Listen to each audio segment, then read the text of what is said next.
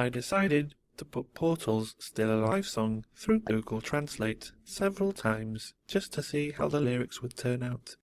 This is how it sounds. This is victory. Notable achievements I have note here. Overestimate the fun difficult. Aperture science. We do what we know. There is full stop. I am suitable for everyone if you never die. However, it does not make sense to crying mistake. If you keep on trying, there is just no cake. There is science here if you vaguely hear people who are still alive people.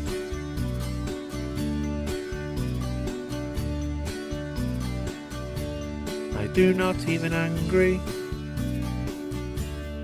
Now that I am very honoured, my heart is broken, there is little to be they. My job torn to pieces, I sprinkle each part of the fire. Eyes to burn, injury is very happy for you. Now these points of considerable data align and beat a symbol we produce timely. So my love, I beg, I think that's all we have learned. People who are still alive, people. Broforce, assemble! As I walk through the valley of the shadow of death, I take a look at my life and realise there's nothing left. At least I did before I saw the Tomodachi live trailer. Have you seen that? Yeah, but you could have done that intro like you were properly rapping it. I don't like that. I'm British, I don't...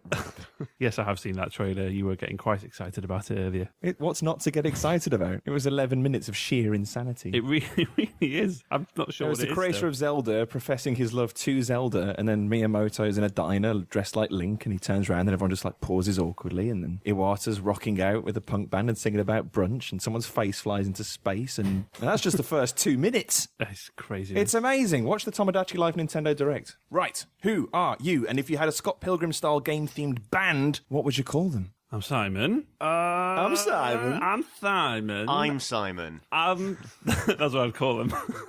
I'm Simon. And that's a game-themed band. Yeah, because of that game where you push all the buttons. That's a game, isn't it? It's a great band.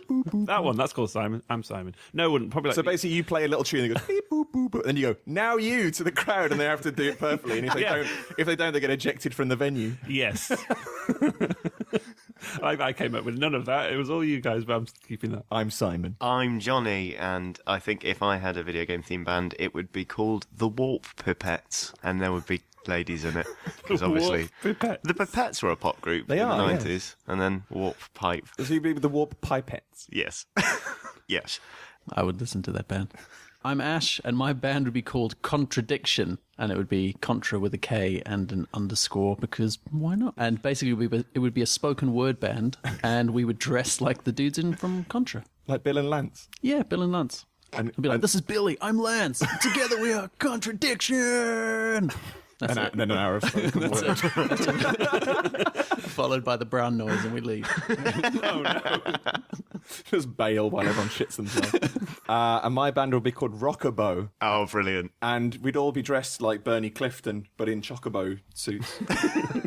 But you didn't say what your name was. My name? Yeah. Everyone knows my name, Simon. I don't need to introduce myself. We've gone beyond that. 28 episodes. Lord, I'm Dan. I'm Simon. I'm Ash. Simon. I'm Simon. Yes, I'm Dan, and that would be my band, and everyone would be dressed in like Bernie Clifton-style chocobo outfits, and they'd rock out to kind of fun fantasy tunes. Good idea, eh? Suggested names. Quai Guys suggests Trials and Micro-Tribulations. In reference to the mobile version of Trials Frontier, which is being much maligned in the press today as the reviews have come out, because, quelle surprise, the microtransactions are a massive blocker. Why? To the ordinarily very fun Trials experience. Yeah. Why did they do that? Why did they do that? Scott Dow with "You Haven't Heard the Last of Us." Say that 'cause it's got an exclamation mark at the end. Pretty good. That's because of the on, then off, and then on again. Yeah, The Last of Us remastered. But Thanks. it's happening now. Thanks, for Turkey. reasons. Neil McLeod, wow, controversially says Randy Pitchford is a money-grabbing core edition. Oh, Wow. Is that a reference to the newly announced Borderlands? The pre-sequel? Yeah. I guess so, Because but I want that game. I'm very excited by it, to be honest. Anything Borderlands, I'm there. Likewise. I don't think that title's going to win, somehow. No. Daniel Price referencing probably my favourite song of all time and Smash Brothers, Win. It's Greninja Go. Or, seriously, Greninja Go. From like that Turtles 2, Secret of the Ooze, performed by Vanilla Ice. Oh, I thought it was the Noisettes. Yeah. Don't Go, baby, upset go, the- baby, go. Don't set the rhythm. Don't upset the rhythm. No. You even sung it like that, though, to be fair, Dan. But that's how it's sung. Greninja, But Greninja, Vanilla go, Ice did go, it upset about the rhythm. 15 years before the Noisettes. Not that one either, then. And Alex Shaw with a late and very current entry with Inner Tomodachi Davida. Brilliant. But didn't he win like 2 weeks ago? I think he did, yeah. Naughty Alex. Oh, Alex. Not fair. Don't Trying punish to- him for being great. No, I can't. I can't punish Alex Shaw for being great as much as I want to. So what's the consensus of opinion? Scott Dow, you haven't heard from The Last of Us. You haven't heard, heard from The Last I just put in another word. Why not? You haven't heard from The Last of Us. Yeah. You heard, haven't, the last of you. Adding extra particles. You to haven't the heard sentence. from To and The Last of Us is my favourite as well. Especially since hearing The Last of Us soundtrack is a delightful experience. I love that game from start to finish. So you haven't not heard to the after the last of Then Us is the winner. Well Oh, done, Scott Dow. Yes, you haven't heard The Last of Us. Winner. Thank you. Right. What are we playing?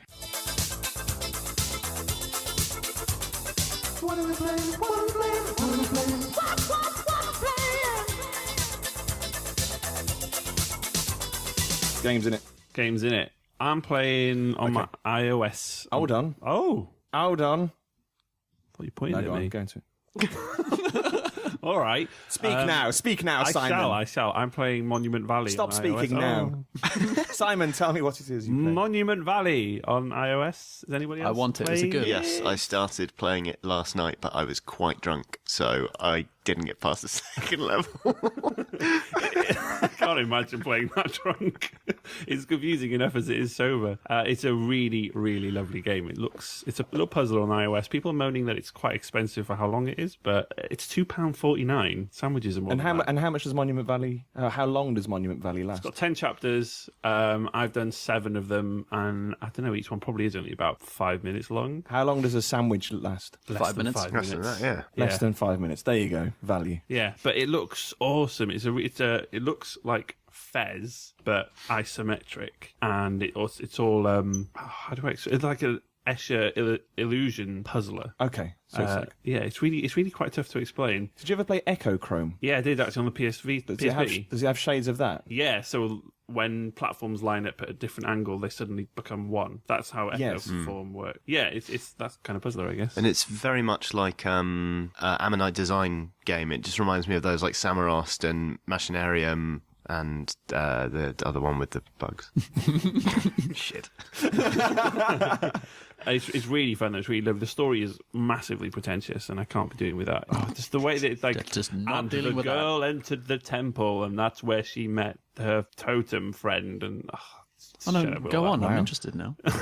Tell me more of But this. that's totem literally all thing. it'll say before the level starts. So I can't be dealing with whatever the pretentious Just little story is. glimpses of story for you to piece Yeah, together. it's just really, really, really silly. But I'm just enjoying how it looks, and the puzzles are really sweet. I've got to about the 7th level, and I'm stuck on it. It gets pretty tough pretty quickly. Oh, there you go. And how many sandwiches can you say that about? Don't know why I keep returning to the sandwich. Depends how crusty the roll is. It's true, yeah. Exactly. I am playing Dark Souls, the first one, for the very first time. Me too. Because I'm one of those people that likes to play games years after everyone else has finished them and then insist on talking about them. Anti-hipster. Yeah, I was rubbish at it every time I tried before, but I've finally got to grips with it, and it's amazing. It's just great. As it turns out, a lot of people have been saying for a long time. I've heard a lot that it's hard to start with. When you click and you get it, then It's still then you're hard. off. Well, it's still hard, but you have to get it. Yeah, it's challenging, but it doesn't feel unfair.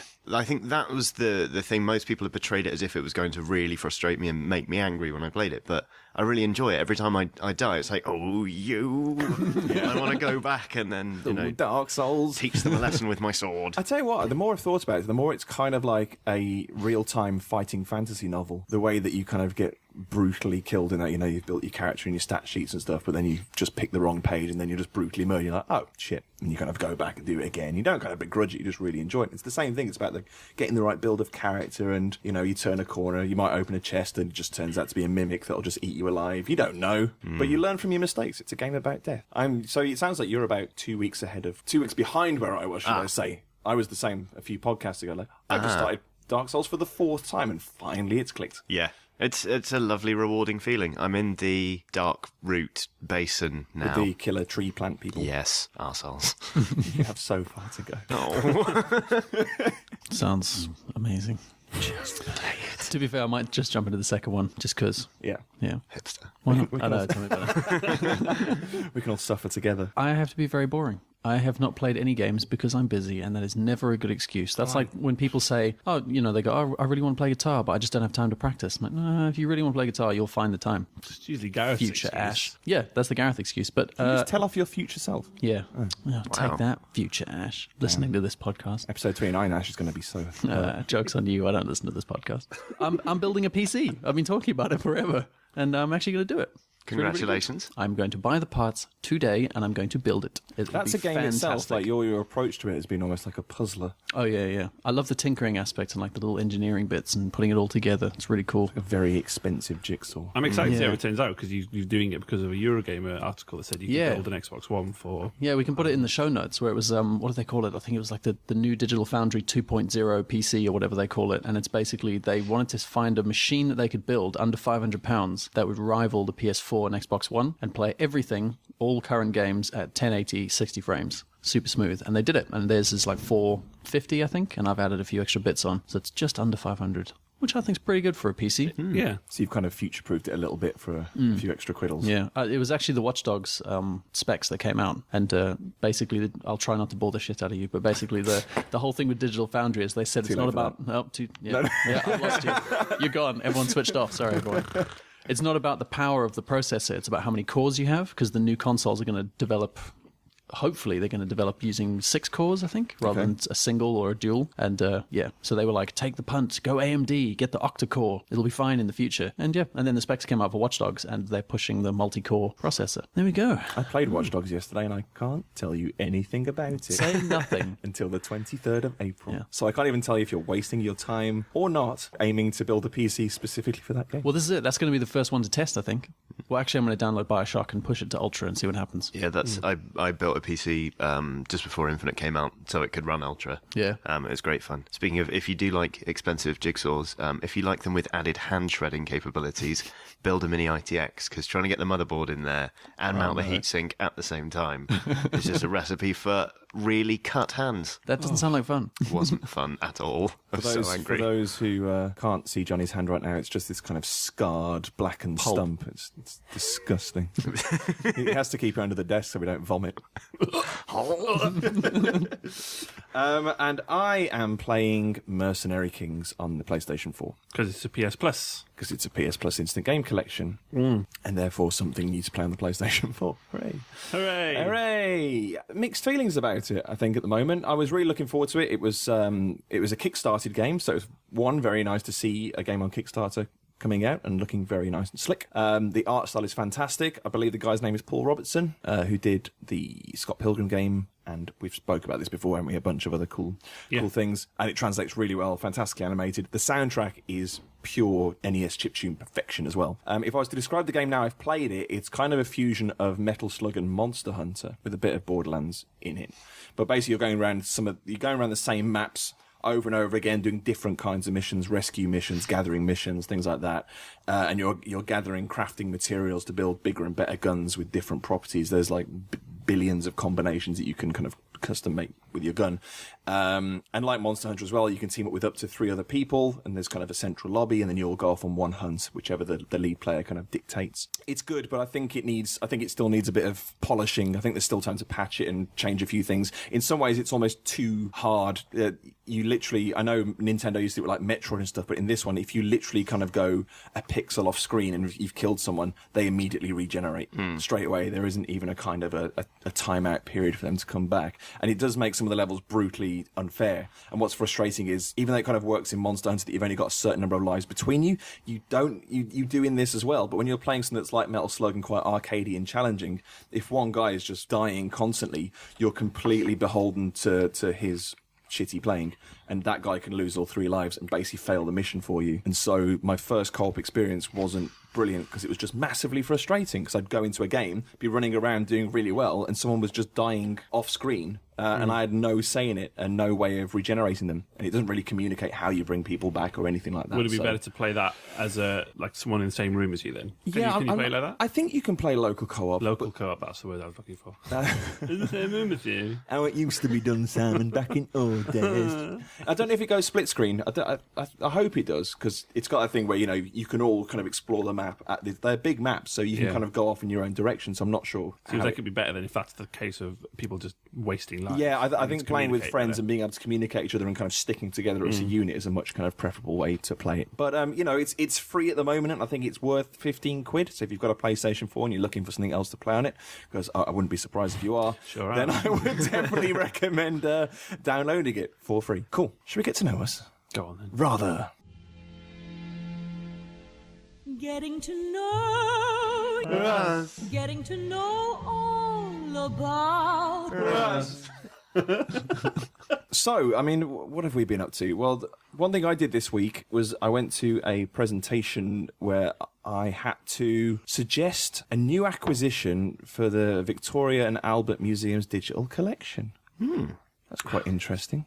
I'm serious. Yeah, I was alongside, I believe, the editor of Wired and Adrian Hon from the Zombies Run guys, 6 to Start, and one of the guys who created the Doom piano and runs the Wild Rumpus. Some really good, and somebody from 1.0, I think. So there was some really interesting, diverse selections. And for reasons that are very complicated to go in here, but I chose 2048, which I know is a clone, but that was my point. So, yes. I might publish because I wrote my spiel beforehand instead of trying to freestyle it. So I might kind of publish it on the site and kind of explain why I chose 2048. I think Ash has read it. You read a little bit to me. He seemed to agree. Yeah, post it. So yeah, I might post it so you can read it and see if you agree with me or completely hate it. But it was basically, the point was to do with the diminishing value of media as it falls into the digital space or something like that. Give it a post. Or naffing. And Ash and Gareth, you've got a... Ash and Gareth, sadly, Gareth is absent because he's in Morocco. Wearing a scarf. Wearing a scarf badly, according to his Facebook pictures. I am Gareth. What's Gareth doing in Morocco? He's filming cars. For 2 days, he's in the desert with sexy cars, and they're filming them. And if you think it's a coincidence that they're currently building Tatooine for Episode 7 in Morocco, it's not a coincidence. It's not. JJ tapped us up. That's it. We were like, we could be free. Why not? Why not? Showed us the script. We're like, yeah, all right. Seems all right. Anything for you, JJ. And so, yeah, he's already doing that. But you guys may not be present for the next couple of podcasts because you've got a couple of big trips. I don't know if we can say what they are, but 2 big releases that are coming up, and we're going to be over there getting some official vids for them. In the Americas. In the Americas. Seattle and Chicago, respectively. Make of that what you will. Maybe they are the clues. And I also thought, we always leave this bit at the end, but I always figure that by the end of a podcast, people have already drifted off because they're like listening to us while doing something. So it's just to encourage you to stay in touch with us. At Twitter, at explosive_Alan, on Facebook at facebook.com/explosivealan productions, or even by the old traditional electronic mail at stuff@explosivealan.com. Drop us a line, say hello. We'll probably get back to you. Why not? Let's chat. Right, first question comes from Demb, who says, what's your favourite kids' TV show and could it be made into a game? He's clearly obsessed with kids' TV shows because his avatar was Metal Mickey, and if you're old enough to remember Metal Mickey, then I'm not. Then you're old. But he was basically in a thrash band, and he would just drink 40s and have arguments with his girlfriend Minnie. Oh. What was that? No, they... I don't know, so I just bought that. Wow. Disney didn't sign off on that, funny enough.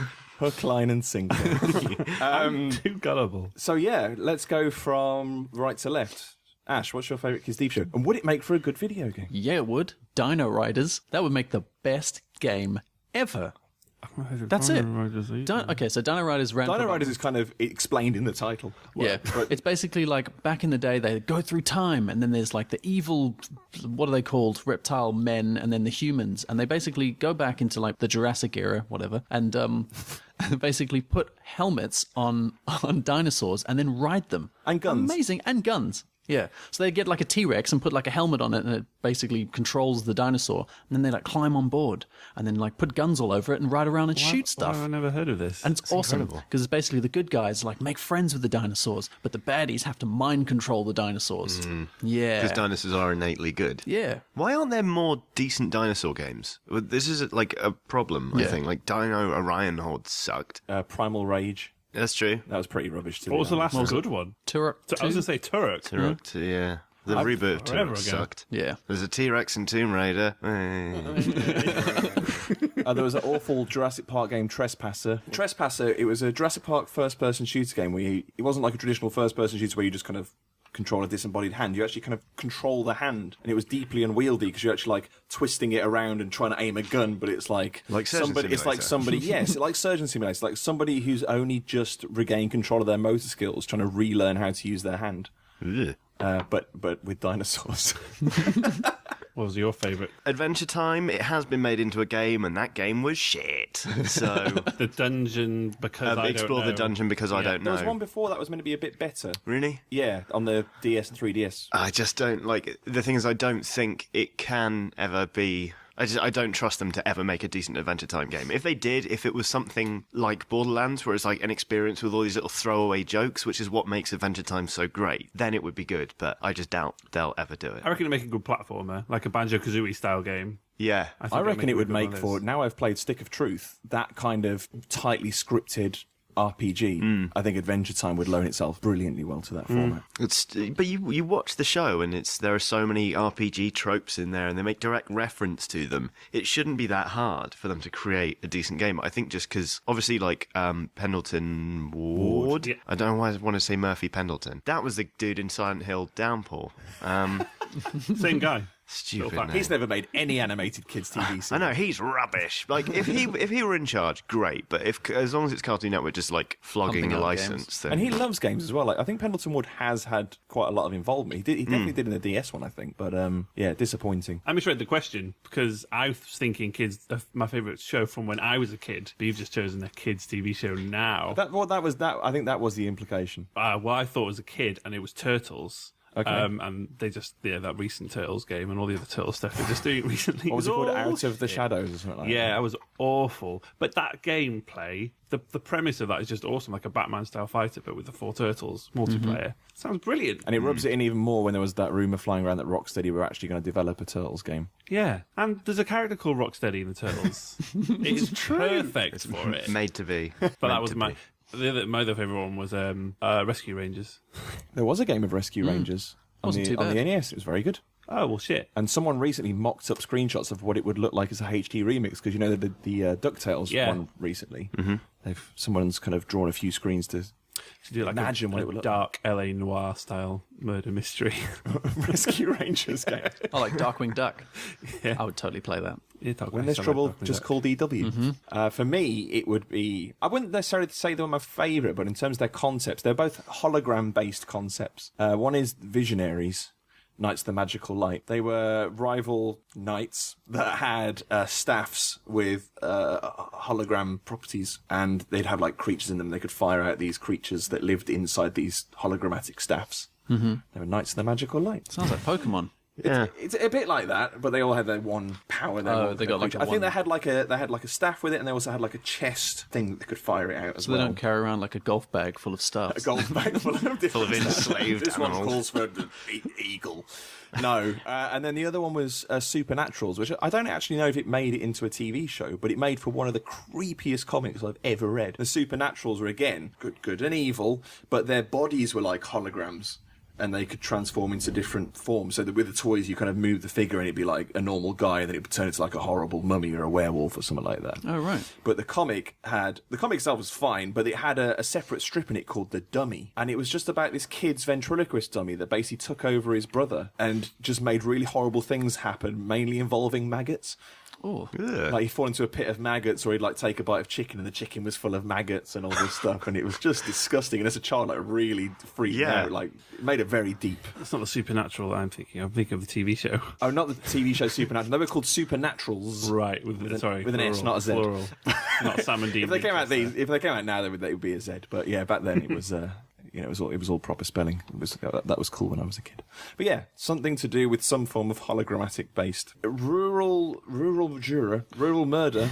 Says if you could reboot/remaster any Sega Master System game, what would it be? oh, that's easy. Ghostbusters. Oh yeah. Make a good Ghostbusters game. I love that one. We got the map and everything else. You drive around. You got It's the same as the Spectrum one. So you built a franchise and you like had the top view Ecto one, then you drove the thing and you had to like trap the ghost between the two the two beams and pull them towards the trap. It'd be great. Make it like an RPG light. I don't think I've ever played that one. It's really good. Yeah, don't play it now because it'll be terrible. It was. You weren't. It was an Activision game. You weren't the Ghostbusters. You had to set up your own Ghostbusters franchise, and you basically had to like buy new items for you. Like you drive and you could buy like a ghost vacuum. So in this Ghostbusters land, ghosts just freely roam the roads, and you could just suck them up with a Hoover as you were driving along. Amazing. But it was cool because now you could do it kind of like Theme Hospital, like a little bit simmy and a little bit sort of third person, I guess. Should do a third That's a person? good idea. Like so you've got the whole kind of build the Ghostbusters Franchise. up and build the building and add new features. But a bit like XCOM then. Yeah, totally. Ghostbusters is XCOM. Oh my Yeah. god, I would Totally play crap that. out of that. Someone's got to do that now. Holy shit. They better. Why didn't they do that with the last one? Turn-based combat the Atari against, one. Turn-based combat against ghosts, and you can. And especially like the Bureau, where actually Mass Effect did it a lot better, where you basically have your squad and you basically give them commands and send them to places. And so you go, say you want to trap one and you're holding the ghost. You go, okay, you go over there, you hold him, then I'll go over here, then I'll stop firing my proton beam and throw the trap out and then go, ready, go. Ready? Ready? Is everybody ready? Ready? Steady. Ghost! Why does this not Steady exist? Ghost. That's what it's called. And you're not supposed to look at the trap. That'd be cool. Connect watches and sees if you're looking at the screen. Goes, don't look at the trap, and you have to look away. It's just got a stuff of flashbangs. Well, that's it. That's the ultimate Ghostbusters game figured out right there. I think I might try and make this, but not call it Ghostbusters. Call it. There you go. Already said he ghost. Stick with that. Johnny, what would you like to bring back? I never had a Sega Master System, so I feel a bit lost at sea. Sonic the Hedgehog. I don't know. I have no It idea. was the same as the Mega Drive version, just with a more sinister, You not see the Brian Crescente reviews Super Smash? Yes. That's what I was trying to quote. Brian Crescente. You could bring back Wonder Boy. Oh, that was mine. Ash. Oh, I'm sorry. Oops. Fuck's Is sake. that the one with the kid with the football? That's the one with the kid with like the bone in his nose. That's terrible. Adventure Island. Oh, what's Wonder Boy? You screwed I don't him know. over. Master You don't even Higgins know didn't what have a you're saying. bone in his nose. No, that is Wonder Boy. What, original Wonder Boy? And he's on an island. And it's you like a get a platformer. skateboard? Yeah, Yeah. that's him. Okay, so that's not the Wonder Boy I was going to bring back. So What was the game? with you the are kid- forgiven. There was a kid with a magic football, and he just did keepy ups Soccer Kid. all the time, and then kicked it into monsters and shit. Soccer Kid. Yeah, Yeah. that. I don't think it was on the Master System, but genius. Yeah, name they that. had Go for on. it. There's a game I remember. we'll let you off. Dominoes. Reboot that. Now with 7 dots. The only game I can remember owning on the Master System was California Games. Oh, Bring great that one. back. So Yeah. that one, because I used to play that. But for a Connect though, lot. right? Am I right? That's right. You're right. Am I right? No. I've always wanted to stand in my living room pretending to surf. Whoa! This is so gnarly, dudes. I was watching videos of it actually just before we started and reminding myself. I mean, that game, looking at it now, is awful. There's but I like roller played it. skating along Venice Beach and Yeah, stuff. and don't you fall in the cracks over the pavement? Hell You no. fall right in your face. There was a bike one, a surfing one. There was a hacky sack one. and I could never figure out what hacky sack was because looking at it now, it looks shit. I just couldn't figure out what was going on. How is that a game? I don't know. It's It made no sense cycling, either. surfing, hacky sack. It's like, what is hacky sack? Just kicking a lump. And you got to kick the hacky sack into a seagull, and you got extra points. Yeah, You did. Yeah. But you had to do things like do the spins and stuff, and yeah. So that one, I bring that back. I actually think Connect Hacky Sack actually wouldn't be too bad if they did one-to-one mapping. You just stand there like lifting one leg and then the other leg and then that over again. You'd fall over and break something. Yeah. It would Fantastic. be mint. And yes, Ash already ruined everyone. I'm sorry. No. Why do you say Echo the Dolphin? 'Cause that was a great game. Fuck Echo the Dolphin. Rubbish. Wonder Boy 3 is the one that I bring back because it kind of fused Wonder Boy with Zelda, and it's really good and for a Master System game, like surprisingly deep. So I think they should carry on the Wonder Boy legacy, but specifically the Wonder Boy 3, the way that went. And that's all I'm going to say on that. Luke Sheridan says, gaming is a major hobby for all of you. Well, thanks for being so presumptuous. But do you have any major hobbies that aren't gaming hobbies? Yes, filmmaking. I make and distribute films. Which you can see on the internet. You can see them on the internet. TVX, the adult channel. XXX.pron. Hollow Man, that's a thing. It is a thing, Hollow Man, and then Hollow Men. What did you just call it, Hollow Man? I don't fucking know. I've not seen Ash it. Denton made the Hollow Man. Yeah, What, the Kevin Bacon The film? Kevin Bacon Invisible Rape movie. it wasn't my greatest work, but it was fun. You know. That was for Herven, wasn't it? Yeah, I got to meet Kev. You know. No, yeah, no. it Hollow was- Men. I saw Hollow Kev's, Men. Kev's monster dong. Yeah, yes, but yeah, the Giant penis, Kevin Bacon. Really? Does he? I just remember there was a gorilla Really? in Yeah. Hollow Man for no You particular see reason. it in, I think you see it in that. I think you see it in Wild Things. like Fassbender big. Yeah. I have noticed What? that you two bring up penises a lot in this podcast. I do not So every bring up time I think, penises. well, it wasn't me bringing it up this time. Kevin Bacon's ginormo cock. It's a late entry for the title of the podcast. Yeah. Hollow Man, it's very good. Thanks. Where can people watch that? On the Vimeo or on the YouTubes. If you search for Hollow Men, the Hollow Men short film, that should come up. It is really good, and I have seen it. Thanks. I just called it Hollow Man. I have other hobbies. I like karate. Are any of them broadcastable? Oh, sorry. I've got a black belt in karate. That's the thing. And I like tabletop role-playing game development because going outside is not fun. I'm going to be hoping to kickstart a tabletop RPG I'm writing with a friend called Joe this year. So if you go to His name's Joe this year. No, his name's Joe Ewens. All right. Joe this year's better time. He got married recently, actually, and he asked me to be the officiant, so I got to declare them husband and wife. That's cool. Which is Oh. good fun. But That's his- your other hobby. Did you roll a d20 to decide whether it would? No, I had my favourite D20 in my pocket for luck because he's my GM. But we're writing a game together. It's called K-Patcher. So it's Kaypacha. And if you search K-Patcher Game on Twitter, you'll find all about it. Fantastic. I do animation. I really enjoy film and TV stuff. Yeah, basically what Ash just said. But I do gymnastics as well. I did that from when I was 4 until I was 19, and then I stopped because I went to university and there was no gymnastics club. And then I just thought last year I want to start again, so I do that. I started making puppets, which just sounds really weird. There's no way of explaining to people. I enjoy making puppets without it sounding really bizarre. Well, tell them to go watch Being Elmo. Then it's not weird. I've not seen that. You I just would wanted to love see. that I just movie. wanted to see if I could make. I was watching the Muppets trailer for the new film. I just wanted to see if I could make one, and so I tried. And he turned out- did, and I it's did. really good. And it turned out all right. So I'm making another He's one. cool. What's his name? Now. Implosive Aaron, He's brilliant. and we're making another one called Edwin Media. Edwin Media. It's called Headspin Media, and then they're going to have fun times together. They're gonna have a good goof and a spoof. I've really boring by comparison. I don't do anything really. You play a lot of games. Just go home and cry. Your hobby is crying. Look in the mirror and just cry a little bit more. Sleep, wake up, come back into Cry. work, put my mask on, go back home, cry. Psych yourself up in the mirror. I do all sorts. I really enjoy cooking. I'm not very good at cooking, but I just love cooking. And I was doing singing classes, which I might go back and do again. Didn't even need. Which I didn't even need. Bless You you, can Simon. sing. He You're can kind. sing. So, but yeah, I just thought I'd learn how to breathe properly and all that stuff because I kept passing out when I was singing for some reason.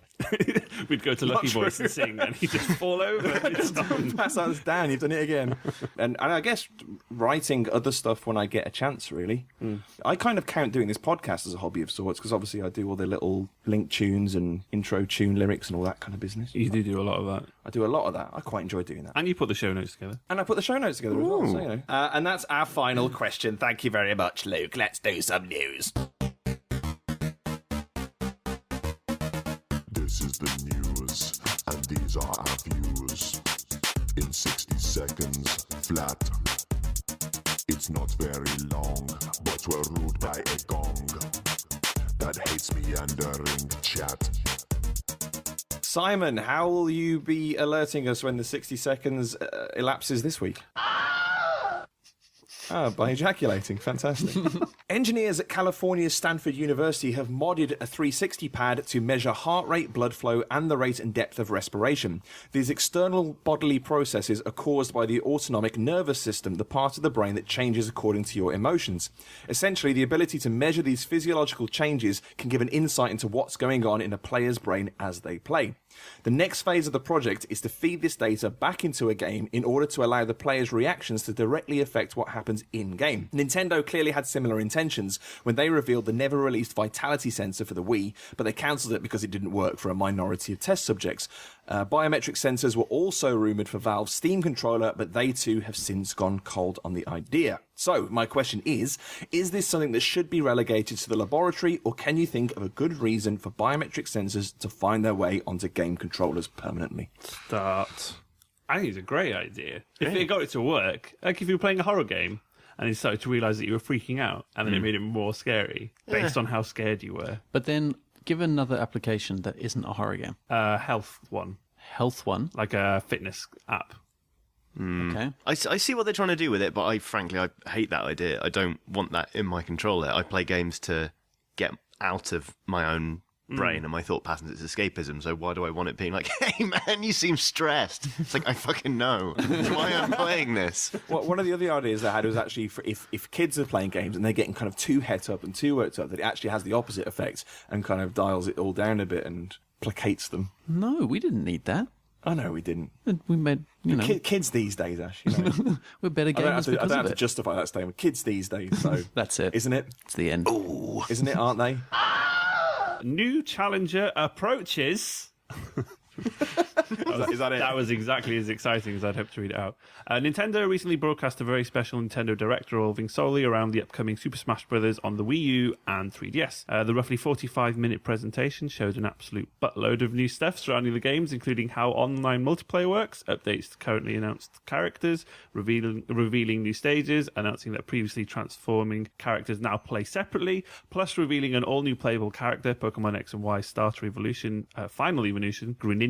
The list is endless and pretty hard to sum up for this short news piece. I'd highly advise watching the Nintendo Direct yourselves to see it all. Trust me, it all looks amazing. But the question really is just how excited are we for it? Well, Ash, yeah, tell me, how excited are you for this project? Man, I don't give a shit. Really? Yep. Not a single Not shit. a Nintendo fan in the slightest. Unacceptable. Doesn't mean it doesn't sound cool. It's just not for me. It was a really good presentation, Yeah. I thought. It's 45 minutes long. It's really, really... And I still don't So feel like in-depth. I've seen everything. No. It's going to be Did you see brilliant. it? I didn't see it, but I don't want to see it. I'm excited about Super Smash, and I know I'll probably buy a Wii U for this, so I don't need 45 minutes of telling me why it's good. Or I'll just buy it on my 3DS, because I already own one of those. I tell you, of all the aspects of it that I really enjoyed, one was their policy about online players and how they're clamping down. It's like their first thing was like, we want to create a nice, welcoming environment, and they just kind of listed like what they're going to do to people who basically try and fuck up or cheat or whatever, and conversely, people that like baselessly report other players as well. So they've kind of thought of it from all angles. Yeah. So that was really good. But it was just the attention to detail and the fact that they'd kind of acknowledged that casual players. Well, now that Amazon has revealed its Fire TV media streaming box, two big names in game development have been free to confirm their employment by the tax-dodging online retailer. First up is Clint Hocking, whose last published game was Far Cry 2 for Ubisoft, before spending nearly 4 apparently fruitless years at LucasArts and Valve. He's joined by Kim Swift, also once of Valve and latterly of Quantum Conundrum devs Airtight Games. Both now list themselves as senior designers at Amazon on their respective LinkedIn pages. I hate LinkedIn, I really do. But my question to you is, at $99, could the Fire TV stealthily become the console of choice for the mainstream, much as the iPhone and its ilk have succeeded in the mobile realm? Dart. That is interesting. Isn't it They are good people. They make good games.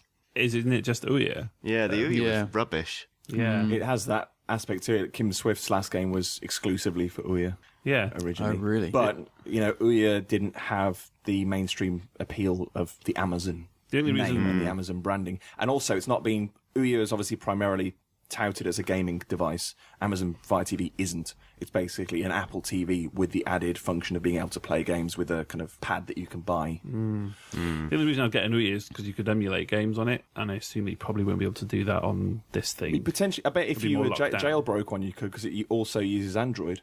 Is the whole thing Android? It's an Android OS as well. That's a shame. But If it was a it's- Unity OS, that'd be different. Well, if it's Amazon's proprietary one like they have in the Kindle Fire, which I own, it's really annoying. It feels very frustrating and clunky to use, but maybe the Fire TV won't be that. All right, really got a definitive last word in there.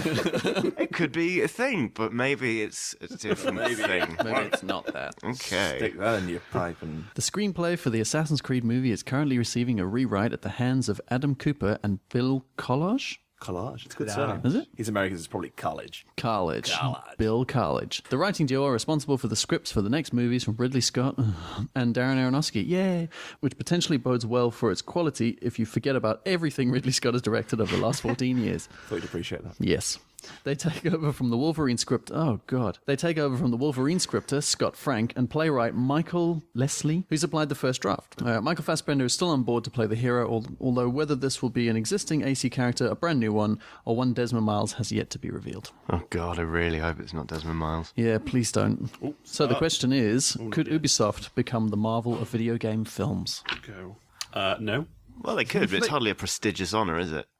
Well, no, they could do. I mean, you know, because Marvel finally made superhero films bankable. I mean, X-Men before that, but after that, they've kind of made the superhero films something that people expect now. Every year, they've kind of made a Marvel. You know, they've made that a franchise and made it kind of an acceptable face of cinema. And gaming doesn't have that yet. You got 6 Resident Evil films. As I say. But that's the point. There is literally no credibility to video game movies at the moment, and Ubisoft potentially have that because they seem to be taking the Marvel route of attaching the right talent to their properties. Splinter Cell apparently has Tom Hardy in the lead role and Doug Liman, who did Bourne Identity. Born Identity, yeah. Which is a good combo for Splinter Cell. Fassbender for Assassin's Creed could be good, and he seems firmly on board. I mean, with these things, you never know until it actually starts being shot. Wow, no news stories worthy of the Joker card this week. It's time for my challenge. Yay! Hold on to your circuits. It's challenge time. Right, my challenge is called You Say We Play. Anyone who was unemployed long enough to ever watch Richard and Judy, yes, will know the game You Say We Pay. Basically, where somebody called in and they had to describe an object or a person or something, and Richard and Judy had to guess it, and everyone they got right, they got like £1,000 or something. That game itself is taken from a game called Taboo, and the idea is that you have to describe the thing without obviously using its name, but also without saying 5 specific words related to that thing or object. So I've adapted that for video games. Oh, I see what you've done. So I have in the region of 30 odd cards here, and the idea is that each of you gets a minute to get as many right as possible. But I'm trusting you all because because I know what they all are. I'm kind of I've got to step away from this. I've done all the prep, so you now have got to do all the hard work. So you've then got to try and describe what's on the paper without using the 5 words on the paper, and for everyone Johnny gets a point. And Okay. whoever has the most points at the end wins the game. Hooray! What if I don't know who the character is? You will. I've made sure that pretty much I've made this as kind of populist as humanly possible. This is not seen there's no obscure Danny type questions in this scenario. Give me- I'm done.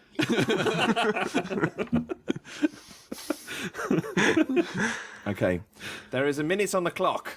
Johnny, are you ready? Yes. And this is only Johnny. Ash isn't part of this. No, round. Johnny's going to be doing Ash, and then Ash is going to be doing you, Simon. And not in a sexy way. Is it Friday already? Okay. Right. Go. Oh my god! It is a game where you explore a massive area. Spelunky? And it's all like fantasy and shit. And Skyrim. Yes. Okay, this is a game where you like you like do a lots of naughty things that could get you arrested. Massive game. It's made in Scotland. Grand Theft Auto. Yeah. This is hard. It's naughty. This has got enormous robots running around. It's only just come out recently. Titanfall. Yeah. Oh my gosh, how do you do that? It is one of the major consoles that is not made by Microsoft. The Ouya. No. PlayStation 4. Yes. It's Dan, you've taken all the words I want to use for 10 this one. seconds to go. It's like a big adventure game, and it's like one of the biggest ones. There's 3 of them, and there's one on the Vita as well, and it's... Oh, Uncharted? Yes! And that's it. Oh, fuck. Johnny scored 5. That's hey. good. That was hard. That does sound hard. Right. Oh, Tell me when to go. okay. You ready? Hang on. I'm ready. Yeah. Ash, are you ready? Go. Go. He goes waka waka waka waka waka waka. Pac-Man? There was an unfortunate advert about nuns with this dude. Oh, Hitman, Absolution. Agent 47. His horse is called Epona, and he likes to run around Hyrule. Oh, Zelda. There you go, Legend of Zelda. He loves collecting gold rings. Well, Sonic yes. the Hedgehog. Very good. Artichoke. Dan's got a tattoo on his arm, and it pertains to a franchise. This is a different fighting franchise, and Street Fighter. yes, but it's one particular character in it Oh, God. who everyone knows because he Oh. wears white pajamas. Ryu. Yeah. This is a different fighting franchise, and it's the only one we haven't mentioned. And it's very gory, and it doesn't spell things with the correct letter. Mortal Kombat. There you go. I've been playing this. Damn. How many was that? Count up the cards. Let's see. 7. 7. Nicely I done. did terribly. Who's the point go to? The person guessing or the Yeah, person? unfortunately it goes to Johnny, so you basically fucked him up. What? I thought it went to me because I was terrible at describing them. Okay. What? We can do it It's a either way. team I was effort. trying to work out who it's fairer for, either the person reading them out or the person guessing them. I don't know. It's Your quite fun choice. to play, though. You I choose. like this game. I could do this. So do you want... Jew. Actually, no, yeah, because I think reading it out is harder than guessing them. So, yes, let's do it that way. Oh. So, Simon, you've got 5 points. Johnny, you've got 7 points. Kept my mouth shut. didn't I was winning. You were winning. No, you weren't. Okay. No, you were never winning. At no point were you winning. He was Before winning he before went, anyone I else was went. You had no points because you hadn't played yet. Okay, I'm ready. So now you have 5. Cool. Okay, let me start the clock. Simon, are you ready? Yeah. Go. It's a knight running around some fantasy world, and Dark There's- Souls. nice. Gareth loves the shit out of this. Call of Duty. Really? So it's I can't say that word. Big meathead people, and they shoot lots of guns, and there's like things that come up through the ground, horrible alien things. And it's very like Saints Row. no, like meathead dudes. Oh, Gears of War. Thank you. We mentioned this before. There's 3 of them in the series.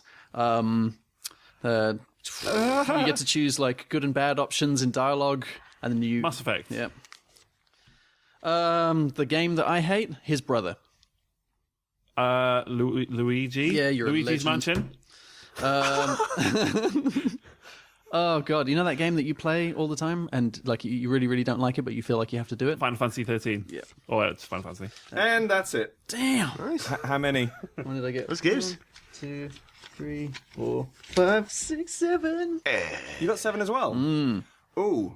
Tiebreaker. In that case, yeah, it's a tiebreak. I'm going to read out. I'm going to do 5, and it's Okay. the best of 3. Okay. So whichever of you Whichever two, us gets it whichever first. of you two gets it first. Ding, ding, ding, ding. All Best right. of 3. All right. Ready? First one. This man is an acclaimed Japanese developer. Hideo Kojima. I was right behind you. This is a game involving automobiles, lots of automobiles. It's very popular. It's not on a Microsoft platform. It's only on Gran Turismo. Nice. This is a massive franchise for the kind of tertiary company. Oh God, I've got this again. Right, this is a massive franchise, popular with kids across the globe. Pokemon. Correct. Damn. That was a Wasn't allowed to total say guess. Ash. Wasn't allowed to say your name. Oh really? I was going to say your name. This is a Seattle-based company trying to release their own gaming platform. They've got a lot of Valve. popular franchises. Yes, that's 3 for Ash, I think. Yes, it is. Ash wins the game. He's done it. Yay, I never win the game. It's a shame the next one was Peter Molyneux. Oh. And one of the words you couldn't use is lies. He tells the truth all the time. He makes promises and definitely keeps them. And that was You Say, We Play. That was good. I I like hope that. you was enjoyed fun. that game. Even though I lost. Even though you lost. That was good. Closely fought, though. Really Sweet. enjoyed it. So do I get to pick who does the next challenge? You do. Or The yourself. challenge. Or you do it. I'm going to say Simon, because you make really good games. Okay, I've got one. We're all ready to go. I figured. He's always got like 2 or 3 in the bank. It's amazing. If I do it to Gareth, he'll be really pissed off. And he Also, won't be here Gareth's not today. here next week Oh, yeah, true. because he's on that secret thing that we can't talk about. Mm-hmm. Well, I'm glad you liked the challenge. Now it's time for the great debate. The internet's home to prejudice, illiteracy, and hate. You can be called all sorts of things for the feelings that you state. But if you're kind, calm of mind, and able to articulate, then take our hand and take a stand and join the great debate. Then take our hand and take a stand and join the great debate. The topic for this episode is, with Microsoft teaming up with Channel 4 to develop sci-fi series Humans and Sony developing Powers with Sony Pictures TV, it appears that both consoles see exclusive Netflix-style series as an important part of their future. But is it? Or are they just wasting everyone's time and money? So, the first set of opinions come from, first of all, Facebook. On Facebook, Josh Blackman says, I think they are making a smart financial move. The future of good quality series seems to be in original, digitally distributed series. For example, Netflix with House of Cards and Orange is the New Black. People like the fact that all episodes are available to instantly binge watch whenever they like and not have to wait for a period of weeks for new content. Also, with other large companies such as Amazon getting involved too, it would be silly not to go for a piece of that market. Likewise, Neil McLeod says, my opinion is that the television medium is heading in the Netflix style anyway, as we're seeing more and more shows being released in this format. Even with season 5 of Breaking Bad going instantly onto Netflix, I think both Microsoft and Sony see the potential in the House of Cards style, and especially with the whole media box idea surrounding the Xbox One, Microsoft wants to make these types of shows an important part of the Xbox aesthetic, and frankly, I think it's the best way to go. On-demand television being easier and more accessible. And finally, and more succinctly, PCE Dead Meat says binge watching is the new hotness. More than a fad, it's becoming a way of life. So Microsoft and Sony are just rolling with the times. But for Microsoft and Sony, is it a meaningful move? Outside of potentially driving subscriptions to Xbox Live and PlayStation Plus, what's the real benefit to them? Well, then the benefit for them is money, and for us, it's good TV to watch. Do we honestly think that Microsoft are going to make a good TV show? Well, I think so. I mean, it comes down to who makes it, right? Who they get, who they get to write it and direct it, and how all that much they stuff. leave it alone. That's why Netflix is so good, because they basically found some talent and went, yeah, just do whatever you want. And every person that works with them says they are so hands-off, it's just brilliant. They let the creative people do the creative stuff. Microsoft will not do that. They'll have Spielberg on board. And even then, like, can you imagine all the like midway ad breaks and the things they're going to try and promote? And like, there's no chance that Microsoft are going to go hands-off. No way. Did you watch Forward into Dawn? Yeah, fuck, it was crap. And they tried, and it could have been so good, but it was so trite and boring. It looked great, but man, I don't think they'll have any or much interference with the Channel 4 production. I don't know. So I thought I'd take a little break. And so Humans is a thriller about robotic domestic servants who rebel against their human masters. And it's based on an 8-part Swedish TV series. Microsoft's also working on, as we know, the Halo TV series. They're also doing a Sarah Silverman sketch show and a football-oriented program set to debut ahead of the World Cup. Great. Yes. Are you renewing your gold subscriptions as I speak? I don't even know why I'm paying for gold actually anymore. I never ever use it. I did it to play Battlefield with my friend Sam, and that's it. That's literally it. I only renewed it for a month. That's But it. that's what I'm saying. You're saying money, but as far as I can see, these will be gold exclusive shows. Yeah. For Microsoft anyway. Yeah. Is there any other benefit outside of that to the company, or it sounds like they're going to be putting a lot of money. These aren't going to be cheap shows to create. I mean, but then it depends on how they decide to market them. There's nothing to say that after a certain amount of time, once it's been available to gold users, they can't then flog it onto Netflix. I mean, Forward Unto Dawn is on Netflix. It is, yeah. You know, so they can repurpose it. So you think the plan for them is to kind of make exclusive for a spell and then syndicate it to other... That's what I'd do. That makes sense. And I guess anything that really, strengthens the gold offering is a good thing, right? Because I think Microsoft got a bit complacent and rested on their laurels with the whole gold thing, and then PS Plus came in and absolutely wiped the floor with them. So the onus is on them to make things better. I can't say Humans really excites me as an idea. I'd rather just watch Battlestar Galactica again. And Sarah Silverman's okay, I guess. I don't know, but I'm sure there are going to be people out there who want to see this stuff.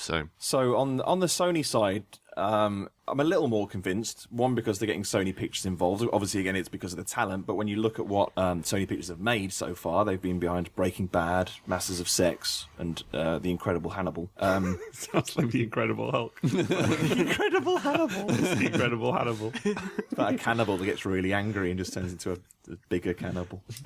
Cooks Eats a lot. his greens. Green cannibal. Makes fantastic drinks. The show they're working on, Powers, is described as is it based on a graphic novel comic series originally? I don't know. They say that it's described as a genre mashup, because that's apparently something that people say now, that combines elements of noir, fantasy, and police procedurals. It follows the adventures of two detectives investigating the crimes of people with superhero-like abilities known as powers. See, that's cool. I would do that. What is the comic I'm thinking of? Is it Powers? No, it wasn't Powers. What was that we were talking about the other day? Shit. I not like Saga or something like that. Or... No. It's exactly that, where it's like two normies, and they basically go around and investigate superhero doings. They'll try and But it's have really good and names. gritty and stuff. I don't Trying know. to have one-word names. Powers. Humans. Believe. Alphas. Do you ever watch Alphas? No. Wow. Was that when there was like a new evolution of humanity and they're trying to then now I think it was a sci-fi show. for no real good reason trying to kill humans? Yeah. They were like, we're better. It was basically mutants and X-Men, but they couldn't call themselves mutants. And they didn't have any of that cool intellectual property. Yeah, that's my worry, is that they're not going to kind of have the same amount of money pumped into them as TV, so they will end up looking like sci-fi shows. Which isn't bad if the idea is really cool. SYFY? Yeah. Yeah. But Battlestar Galactica was on Sci-Fi. Was it originally on Sci-Fi? It was. Blimey. Mm-hmm. And then what since then? Netflix. Which one? Oh, I think Farscape was on Sky One, and I always get them confused. Manscape. The spin-off series. Farscape and Manscape. Netscape. Facebook. So slightly more bluntly, Athene just says, of course they're wasting time and money. Nobody bought a PS4 or Xbone to watch films or TV. Is that necessarily true? No. I bought my PS3 to specifically watch Blu-ray films. That's the only reason I pretty much bought it. And I know for a fact that a lot of people, even the kind of secondary, tertiary users in some households, basically view it as the Netflix box. Yeah, my PS4 is what I run Netflix. Because it's a far simpler solution than doing it from your computer or hooking it up to your TV. Yeah, or you know. using an app built into the TV. My other half's got Netflix built into it, and it's a pain in the arse to use. Super slow. Yeah. Yeah, so the kind of bespoke apps are actually quite enjoyable to use. Okay. Facebook. Daniel Price says Microsoft and Sony are more than entitled to get into the already crowded on-demand TV service if they want. But if I know my evil mega corporations, they'll probably be using them as leverage to get people to subscribe to Xbox Live and PlayStation Plus, perhaps even to sell systems. Which means that if they're positioning Humans and Powers as shows that'll tip people into paying for the service, they'd better be astonishingly good. It took Breaking Bad to twist my arm into subscribing to Netflix. I doubt the prospect of a Powers adaptation is going to be the factor that convinces people to buy a PS4. So why are they bothering? Oh, those evil mega corporations trying to turn a profit by providing systems and products to people who want them. Ooh. You just summed up the whole thing there quite perfectly. That is kind of the perception these days, isn't it? If a company tries to make money, they're evil. Kind of. The recession. Apple are all good. The thing is, right, it seems that people hold companies like Microsoft and Sony to a high standard, being like, why aren't you just making games? That's what we want you to do. We want a more gamey service. It's like they're thinking that if they're moving into making TV, they're just simply not going to spend as much time in the week or as much money producing games to sell. But there are quite a few people on Earth, to the extent that, stay with me, I think they might be able to hire other people to do it? No, is that not how it works? There's a finite number of employees. Right. They have 4 people. That is it. They've got to use them wisely. You 4. No more games. TV. Cancel Titanfall for the 360. We're doing humans. But sir, it's almost I'll hear no more of it. We've got this Swedish show we need to adapt now. Get on it. To be fair, it makes me want to watch the Swedish show. Yeah. I'm keen. Which you can probably find totally legally right now. On Netflix. On Netflix. Facebook. Tom Bedford, although... just a random use of a bracket there. Although some people are being snobby about it at the moment, I think that the multimedia aspects of the new platforms will start to increase. Brackets in brackets. Brackets in brackets in volume and use as time goes on. And this would be another string to the exclusivity bow of each console. But only if they're not shit, obviously. No close brackets. Similarly, former guest of the show, James Swallow, says creating TV means Microsoft Sony can firm up their plans to make consoles the entertainment hub, but only if the shows are good. There's that quality caveat again. Yep. And Sort of Friend says, even if they're brilliant, which is a bit of a long shot, there's the pessimistic end of it, it's hard to see them making a real impact on their platforms. So there's a lot resting on the quality of these shows. Do we feel that if they fail to deliver, that Microsoft or Sony might just abandon those plans altogether? Do you feel this is actually kind of a tentative dip into TV waters? It wouldn't surprise me if this was a long-term investment where they were trying to turn consoles more into like an Apple TV that you can also play games on, because a lot of people reckon this is the last generation of consoles. And after that, we're not going to see the traditional box, what do you buy and plug in. So if they can make it something that people want for all sorts of other junk and then they can play games on it as well, it's a weird idea, but I think it could work. I guess, I don't know, my issue with TVs, obviously, kind of ever since the Sky days, really, is that it's just become more and more fragmented, and trying to find the shows that you want means you have to be kind of on a specific subscription model. It's like, I'm on Virgin TV, therefore I'm not allowed to watch Game of Thrones because Sky are holding that ransom, so people will only get Sky Atlantic on Sky boxes, for example. Yeah. That model frustrates me, and to be honest, I think that model actually drives piracy. There's a lot of people listening who would admit that they didn't watch Game of Thrones on Sky Atlantic. I'm sure. I think most people download it. By the same token, I wouldn't be surprised if people are going, oh, well, Sony have made a really good TV show. Microsoft have now made a really good TV show, neither of which are going to be available on any other service for the time being, apart from if I buy a £400 console. What's the likelihood that someone's going to get that, plug in their capture box, HDCP protection off, grab that, stick it online, and then they've immediately lost their kind of exclusivity? Is it more in their interest to produce these shows and make them as widely available as possible, as soon as possible? They've got to make a lot of good ones as well, because it would be pointless to have the service. They've only got one good one. Like there's the TV streaming service Crackle, and they've got a show on there called Chosen, which is not the Archer kind of one. It's a different one, which has got Peter Petrelli in it from Heroes. Right. But anyway, it's a brilliant, brilliant show, but it's only on Crackle. Who the fuck watches Crackle? No one. But, so like, yeah. If Sony and Microsoft don't make a lot of shows, but only one of them's good, people wouldn't really want to then pay for that whole service, would they? So again, the syndication model seems to be the more immediately sensible, profitable one. Yeah. I mean, if it's a case of limiting the exclusivity to, I don't know, two weeks or a month or something like that, basically like saying, like House of Cards, we're going to make that entire series available, 12 episodes, you can watch those now, or you can wait a month and it'll just be available on every other platform. If the shows are of sufficient quality, it might not work for season 1, but if it's as good as it, if it's Game of Thrones, Breaking Bad, House of Cards good, then the likelihood that people will be scrambling to get it for season 2. Or maybe you could do the kind of like weekly scheduling for the show if you watch it anywhere except on PlayStation. But if you watch on PlayStation, you get them all at once. Oh, that's a good idea. Yeah. So you can have like weekly... So you fragment it everywhere outside of that and make people wait the full 12 weeks. That'd work well with TV as well, because of cliffhangers and stuff. It's like, I want to know what happens next. Yeah, well, especially then I'll sign up gamers. for this. If you're even thinking about buying a console, that would totally appeal to me. I'd be like, no, I don't want to miss out. I'm going to get it. Do we think that these things are going to exist solely as standard non-interactive shows, or do you think they're going to be actually using the fact that they're on console to bring any kind of additional... Microsoft's doing that. Are they? Quantum Break. There's that, yeah. That's quite cool. Which is kind of a other way around. It's kind of a game primarily with a TV show. And that's from, was it Remedy? Yeah. Which worries me. I think I would honestly rather stick my head in a sack full of hammers and go running around the countryside than watch a TV show where I could interact with it in that kind of way. don't want it. You just want to keep the two worlds entirely separate. Just me, my Xbox, my Netflix, and a bag of hammers. As you set up for the night. I've been meaning to ask you about that bag, or why you have it. Just carry it around with you. This extensive collection of claw hammers. Hammer bag. It's a nice thing to have. It's just that whenever I see something I don't like, I just like to put it on my head and run around the countryside. Some form of one-man protest. Facebook.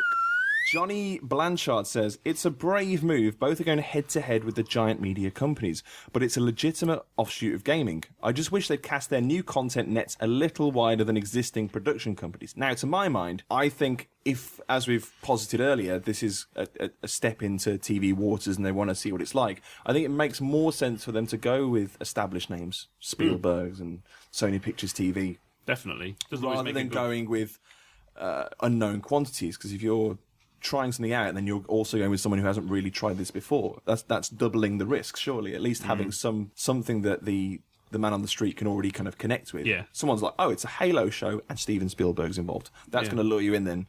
We've got this completely original show from a bunch of no marks you've never heard of is less likely. But could attracting people in with these big name shows then open the floodgates for smaller creative teams, smaller production teams to start pitching shows that could be exclusive to either console? That's when I'd get interested. Because funny enough, like I know it makes sense on paper where you go, okay, it's a Halo show and it's Steven Spielberg. But then on the opposite side, you would have, there's so much riding on it that there's going to be too many cooks. So it's probably going to be crap, which will ruin the entire service anyway. And you know that's going to happen. We are not going to get a great Halo TV show, TV series. Like, we're just not. I really wish we would, but we won't. I'm going to say that right now. But if they were like young, independent, different people, that would be cool. It'd be like, we're going to try some craziness, and it's going to cost half the amount, not even, it's going to be like a quarter of the cost of hiring Steven Spielberg. And instead of having one titan of a filmmaker try and make a series that will ultimately disappoint everyone, why don't we just give that money to 4 random people? Not unknowns completely, but like small people who are like, a little bit different, people who have more of an idea of what digital's like. Us 4? Yes. Hooray!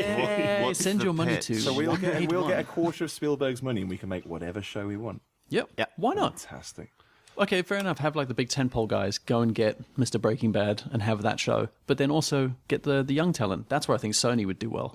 Yeah, Microsoft- Sony would probably do it. Microsoft wouldn't. Microsoft want the Call of Duty people. Yeah. So they'd just get in all the big names. So they're like, oh, Yeah. I know what that is. Yeah. So as far as we know, I'd be Xbox happy. have got about 4 or 5 shows lined up right now, but Powers is all Sony has right now. Whether that means they're gearing up to reveal more, or they really are being very kind of cautious. How cool would it be if they went and approached the Indie Game the Movie people and said, hey, do you want to make a weekly show about game development and how awesome it is on a console? That's nothing like Game Jam, the one that we spoke about. yeah, last totally. week. Yeah. Yeah. Loads of TV, like proper TV on TV recently. It doesn't really matter if you get these big names in. They don't really seem to make a good show anyway. Like you've got Believe by Alfonso Cuarón. Cuarón and J.J. Abrams, yeah. Yeah, and apparently it's not doing very well. And then you've also got Revolution, which had J.J. Abrams, and maybe it's J.J. Abrams' fault. And Bad Robot's TV output post Lost has been J.J. Abrams, and who directed Iron Man? John Favreau. John Favreau. John Favreau. That wasn't very good. Just That's it. Now Exactly. make that. Precisely. So yeah, I'd certainly find it more interesting, I think, if there was loads of kind of great indie talent. And as you say, not necessarily complete unknowns, but if you imagine like a Rian Johnson or someone like that, someone has proved that they can do things on a relatively modest budget. And like you say, I reckon you could get 3 or 4 of those involved over a Spielberg. Facebook. Our good friend Ben Scott weighed in. No one knows Ben here on the show. No one knows him here either. No, nobody knows him. No, none of the listeners know who Ben Scott is, but he's a very good friend.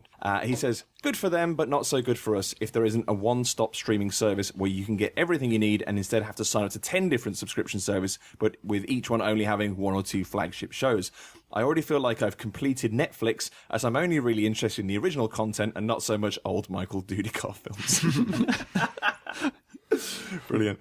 So here was my other idea. Would it be better to make them exclusive to the console on an existing service? So Powers would be available on Netflix to any Netflix subscriber, but only if you had a PlayStation 4. Right. I don't think that would sit well with people. In the same way that you need Xbox Live Gold to access Netflix on...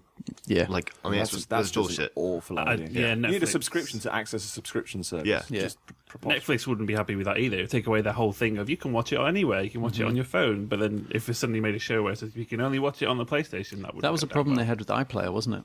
I remember, like, when we were still there, that went around for a lot because they were trying to put it behind the gold paywall, and they couldn't. They just went, nope, you won't have the service. I think that's why it took so long to get it on Xbox One, right? Maybe? To get what, the BBC? Yeah. Oh no, on the BBC on the 360, that was the entire reason for holding it up, is because the American side of it was like, if we're going to offer any kind of premium services, they have to be behind the gold paywall.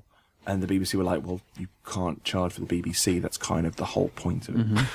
And it just took forever to get... And in the meantime, I unplugged my Xbox and replaced it with a PS3.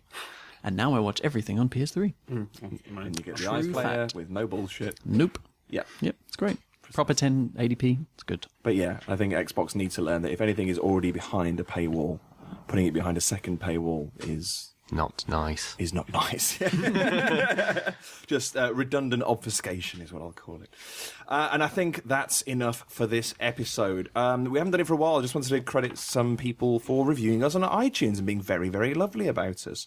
In this instance, Carry On Kirking, Stephen Burns, and Skytrack74, who said, and this is my favourite review so far, I think, if Adam and Joe did a video games podcast, I couldn't see it being better than this, and they are funny as flip. They are. It would actually be great to see what Adam Buxton thought of this show, because that's always been my that's my touch point for like a great podcast, just as in terms of like structure and humour and just being completely re-listenable. It's amazing. Even if you've never listened to the Adam and Joe podcast, go and download all the other episodes. They're starting to take them off. What? I did exactly that. I was going to go right back to the beginning because I haven't listened to the beginning. They're not there. Mostly on YouTube. It's like, Someone's put it somewhere. Yeah. I did one of them on my phone, though. It's like season 2, halfway through season 2 upwards. It's like, why? Why are they gone? Yeah, if any of you fancy sharing this podcast with Adam Buxton on Twitter or something, you should do it. Why not? Just do it. Why not? And if more of you could review us on iTunes and even Stitcher, if you're part of that Android crowd, do, because it just lets more people know about us and means we're more likely to be showing up in New and Noteworthy and all those things that allow people to discover us kind of organically. So thank you very much. Say goodbye like a text-to-speech program. Simon. Can I ask Siri to make it say goodbye for me? I'm sorry. You can only ask for me to say things in the United States. Totally try. Say goodbye. Ooh, he's thinking. This is a really good service. Okay, take a look.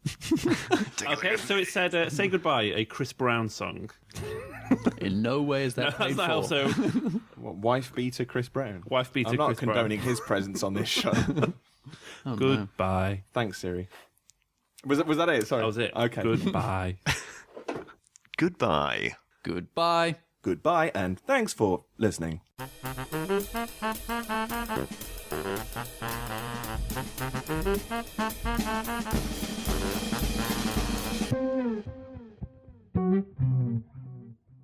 Thank you.